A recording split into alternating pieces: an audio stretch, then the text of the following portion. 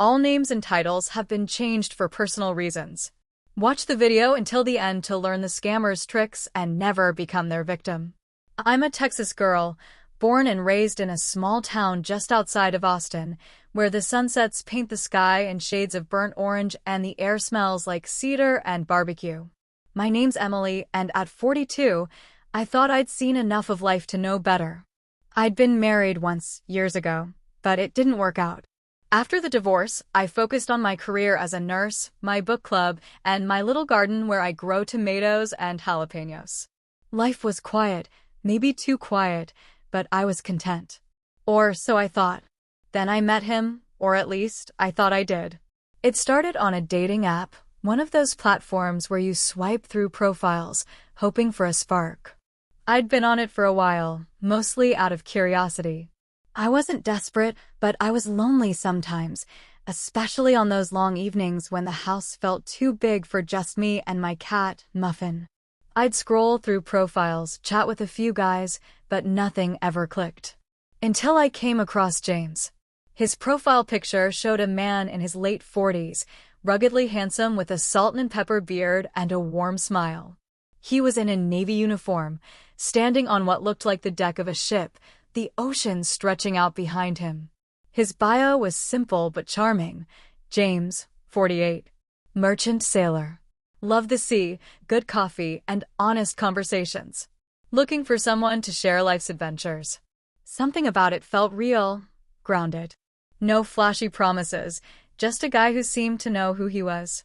I swiped right, and to my surprise, we matched almost instantly. That same night, he sent me a message. Hey Emily, I saw you're from Texas. Ever been to the coast? I bet you'd love the Gulf at sunrise. His words were easy, like we'd known each other forever. We started chatting, and soon we were messaging every day.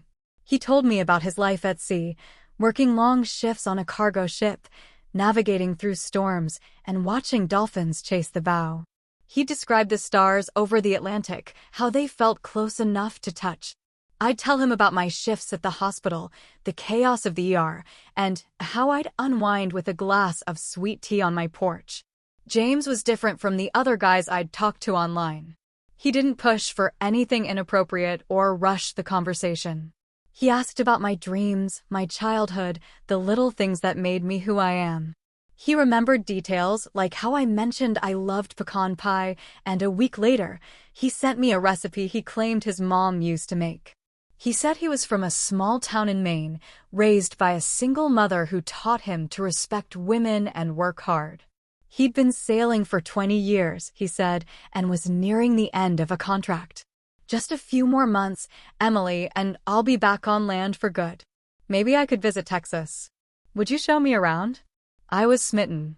I'd lie in bed at night, rereading our messages, imagining what it'd be like to meet him. I pictured us driving down a back road, windows down, country music on the radio. He'd talk about the sea, and I'd tell him about the stars over the hill country. For the first time in years, I felt like I was falling in love. About a month into our chats, things shifted. James started mentioning little problems. His phone was acting up, he said, and the ship's Wi-Fi was spotty. He couldn't call or video chat, but he promised he'd fix it soon. Then he told me about a delay with his paycheck, something about a mix-up with the shipping company's bank. He didn't ask for money outright, not at first. He just sounded frustrated, and I felt for him. I offered to help, but he brushed it off, saying he'd figure it out. You're sweet, Emily.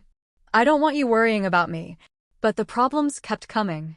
A week later, he said his bank account was frozen because of some international transfer issue. He needed to pay for a new phone to stay in touch with his crew and, well, with me. I hate to ask, he wrote, but could you send me a little something? Just $200 to cover the phone. I'll pay you back as soon as I'm ashore. He sounded so genuine, so embarrassed, that I didn't hesitate. I sent the money through a payment app he suggested, one I'd never heard of but didn't think much about. He thanked me profusely, calling me his angel on land. That was just the beginning. Over the next few months, the requests grew. He needed $500 for a medical bill after he slipped on deck. then $1,000 for a customs fee to get his belongings through a port. Each time he had a story, detailed, convincing, always with a promise to pay me back when he got home. He'd send me pictures, too, not of himself, but of the ship, the ocean, a blurry sunset he said he wished we could watch together. I sent him money 5 times, totaling $4,700. It was a lot, more than I could really afford, but I justified it. I was helping the man I loved, the man who was coming home to me. He kept promising he'd be back soon. Just one more trip, he'd say. Then I'm all yours. He talked about moving to Texas, maybe finding a job on land so we could be together. I started planning, daydreaming about showing him my favorite spots, the food trucks in Austin, the bluebonnet fields in spring. I even bought a new dress, a soft blue one I thought he'd like. But the delays kept piling up. His ship got rerouted. Then there was a storm. Then a legal issue with his contract. I started to feel uneasy, but every time I doubted him, he'd send a long, heartfelt message. Emily, you're the reason I keep going out here. I can't wait to hold you. I'd melt all over again. It was my sister, Rachel, who first raised the alarm. I'd mentioned James to her, showed her some of his messages. She frowned, scrolling through our chat. This sounds too good to be true. Have you ever talked to him on the phone? I admitted I hadn't, and she insisted I do some digging. Google his pictures or something. People can fake profiles. I didn't want to believe her, but I couldn't shake the feeling she might be right.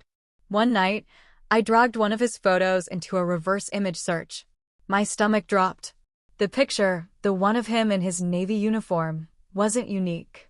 It popped up on a stock photo site, labeled Merchant Sailor Portrait. I searched his name, his story, anything I could think of. Nothing matched. No James from Maine. No sailor with his description. I even contacted the shipping company he claimed to work for. They had no record of him. I confronted him over the app. Who are you really? I typed, my hands shaking. He responded quickly, insisting it was a misunderstanding, that he'd explain everything when he got back. But the excuses didn't add up anymore. I stopped replying, and a few days later, his profile vanished. No trace, no goodbye. Just gone. I felt like such a fool. I'd poured my heart into this man, this idea of a future, and it was all a lie. The money hurt, sure, I had to dip into my savings to cover my bills, but the real pain was the betrayal. I'd let myself believe I was loved, that someone saw me, really saw me, for the first time in years. Instead, I was just a mark, someone lonely enough to fall for a carefully crafted story. I reported it to the dating app and the payment service, but they couldn't do much. The police said online scams like this were common, that the scammer was likely overseas, using fake identities to target women like me. Women who were alone, hopeful, maybe a little too trusting. I learned terms like catfishing and romance scams, words I'd never needed before. Apparently, these scammers build whole personas, stealing photos and spinning tales to prey on people's emotions. I wasn't the only one, but that didn't make it hurt less. It's been 6 months since I realized the truth. I've picked up the pieces, bit by bit. I'm back to my routine, work, gardening, book club, but I'm more cautious now. I deleted my dating profile, at least for the time being.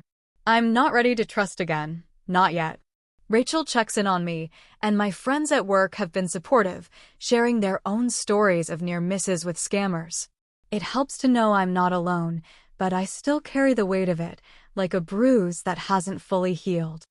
I think about James sometimes, not the real him, whoever he was, but the version I fell for.